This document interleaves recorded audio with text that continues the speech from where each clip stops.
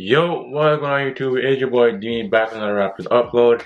And today's video I got a reaction for you guys. And in today's video I'll be talking about we're gonna be reacting to a show today, and the show, if y'all have not heard of it, it's called the William and Lou Show. They talk about the stuff on the Raptors and stuff. So if y'all want to watch that, today and react to this video. So if y'all are new, hit that like button, comment, and subscribe. And let's react to this video as we have it here today on my Mac. And I got my little setup going, as y'all can see there.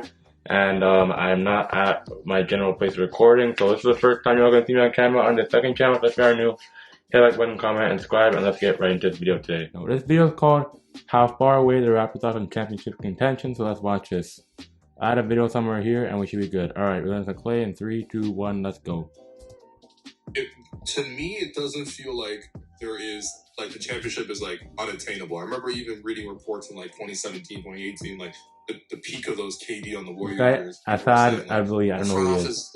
Don't want to compete this year, or they want to delay competing 2 or 3 years. He's on the phone, so. Because, they just know they won't win the championship this year. Like, I don't think...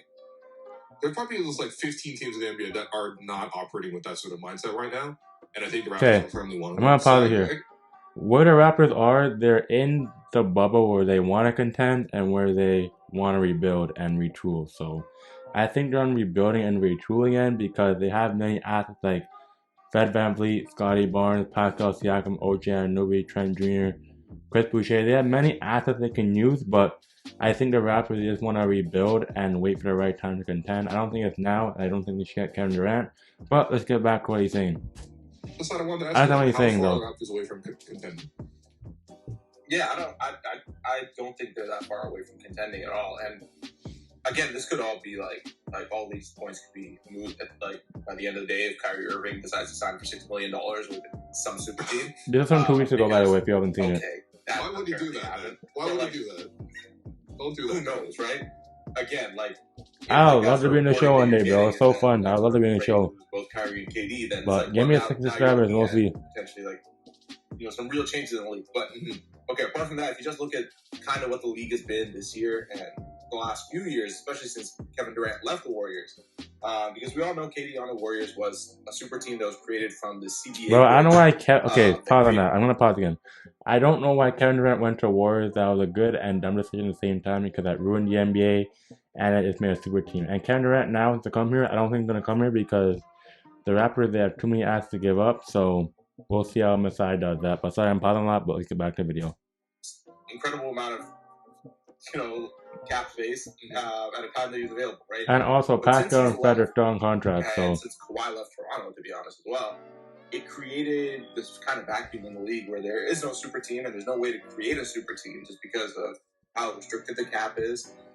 The cap is a joke. And how the teams are built. So you have a lot of parity around the league.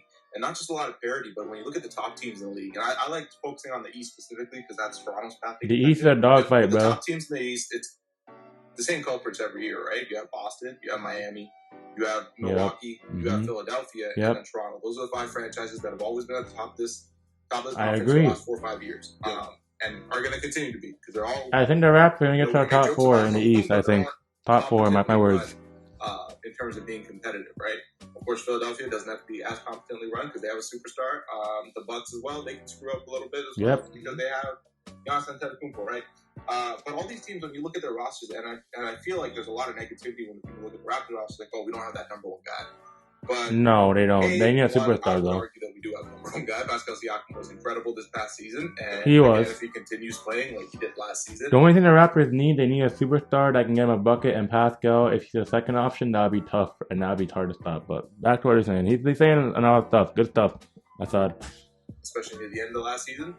I'd love to be in the show one day. Number 1 guy in this league. With a podcast or whatever it is, bro. It'd be fun. It's just people don't like crowning anybody until they do something. So we'll just have to wait and see for that. But he's been great. He's been great. He's been awesome. He's an awesome number 1 dude. He's an awesome offensive engine to build your team around. But for every one of these other teams I mentioned, when you look at them, they're all built the same. Especially 3 of them. They are. The Bucks, the Heat, the Celtics. They all play switch-heavy defenses. The Bucks, they'll throw in some drop as well because they have Brook Lopez. But yeah, they have Brook Lopez. They drop end up going to these switch-heavy defenses in the playoffs. But honestly, teams like the Raptors, like I said, they almost came back 0 against 76ers, so the 76ers are kind of dog. But they added many people like Daniel House, PJ Tucker, and they might add Eric Gordon. So we have to see what they can do. But I don't think he's traded yet. But they're really trying to make a whole Rocket show in Houston. Harden took a $15 million pay cut, so it doesn't have anything to do with the Raptors. But I think the Raptors, they got Christian Coloco, they got Chris Boucher back, got Thaddeus back, and then they added Otto Porter Jr. So who knows what they can do? But this team is going to be scary for many times to come. But we shall see. Backcourt, he is saying, Asad is saying good stuff, so. They work by relying on their defense to create turnovers and create stops, and then they kind of just make it work on offense as best as they can. Yeah. None of these teams are top-tier offensive teams. No. The Raptors, the shooting is phenomenal, but like they have nights last some seasons where they can't score. So and defend everybody, and I mean everybody. Yep. And if you get lucky enough with the health and you get lucky enough with the matchups, you're in the finals, right? That's possible. Mm-hmm. All three of those teams hit the finals. And the East is wide open still. The Raptors have a wide open. I'm going to say it now. If the Raptors beat the Philadelphia 76ers and then they faced Miami, they would have had an easier time. And they would have made the Eastern Conference Finals without a doubt. But they weren't healthy for the first two games, so it's whatever. Let me hear your thoughts in the comment section, though. You can make a case like, if you wanted to be negative about it, you can make a case saying, oh, they got lucky to be there, right? They got this health.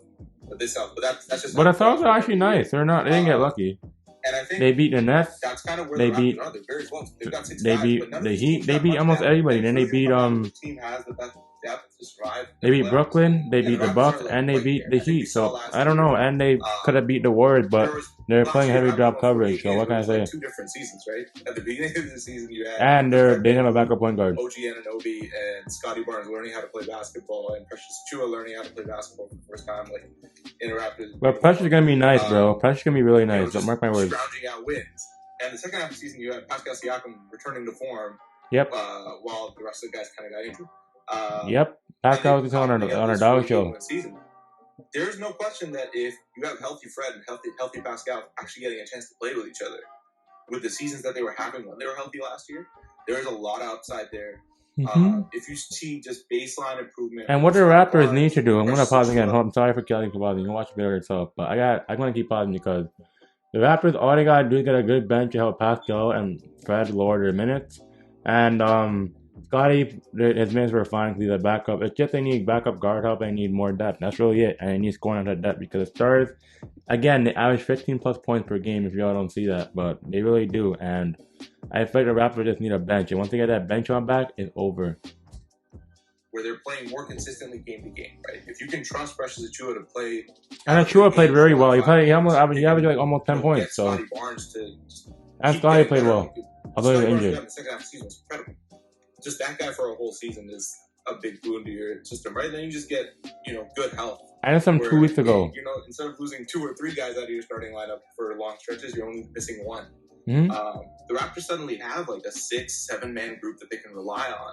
Yep, I agree. So there's no.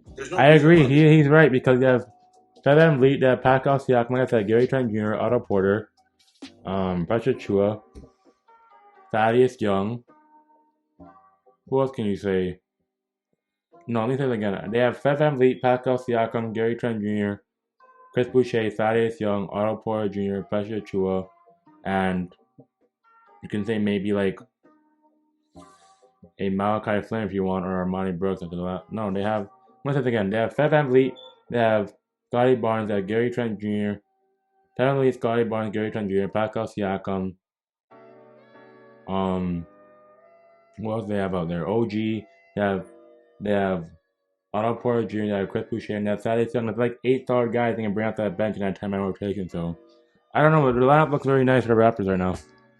And this was recorded before the Otto Porter signing. So yeah. Just some depth improvements to kind of shore some stuff up, and just internal growth. While this team, I would love to be in this Boy Mulu show. I would love to be on there, bro. I would love to be in there one day and just talk basketball. For this year or next year. It would be nice, right? but we're not 50 subscribers, so. Next 2 years going to show a lot of what this team's kind of capable of, but they're very close. Like there's no question. Yeah, they're like. That's why I said they're like close. They want to retool and they want to contend. They're like right in this gap. And look at, all right, the 48-win team lost in the first round in 6 games. Oh, well. 48 wins, they could get a 50 next season. Don't mark my words here. It's like everybody on this team is on a value plus contract, except for maybe Pascal's paid par for what his skills are. And everybody's on the young side of their age curve. There is like growth. Like, name one guy on the roster who isn't expected to be better next season. Like, it's basically like that. Mm-hmm. maybe Ken Burge. And Ken Burge, shoot. That's like 9 guys. A healthy Ken's got to be better than what he did this year.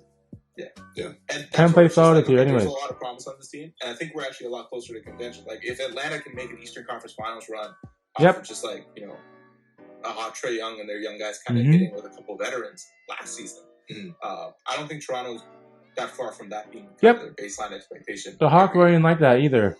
But yeah, that is the William and Lou show on if the Raptors can contend this season, and my thoughts and the reaction.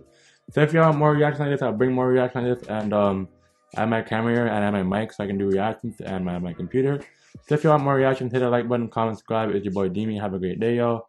And it'll probably go up either Tuesday or Wednesday. I don't know when it'll go up, but I'll do more of these reactions probably like once a week to make uploads easier for me. And if you like seeing these videos, let me know. And it's your boy Demi. I'm signing out. Peace.